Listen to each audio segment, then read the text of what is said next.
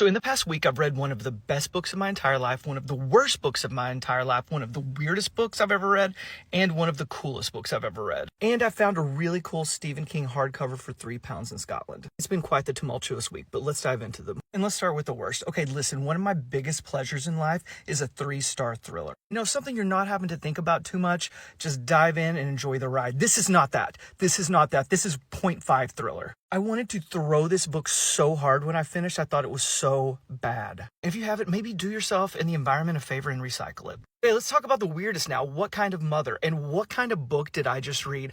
I didn't hate it though. Like, I still think I liked it, but it was so freaking weird. Very much about crabs too. So I just go at your own risk going into this. Lots of body horror. One of the coolest books. Okay, I'm a sucker for a time travel novel. This has lots of time travel. These people are in a valley. They can go 20 years in the future, 20 years in the past.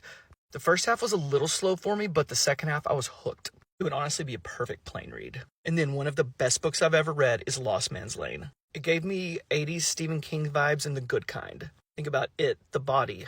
It's just this gorgeous coming-of-age story. Again, I'm a sucker for those, but just the way so much of it comes together and the writing was absolutely gorgeous. This is my first Scott Carson book, but it will not be my last. Really had to get those books off my chest because I thought it was so crazy. So tell me your thoughts. What are some of your best, worst, weirdest, coolest?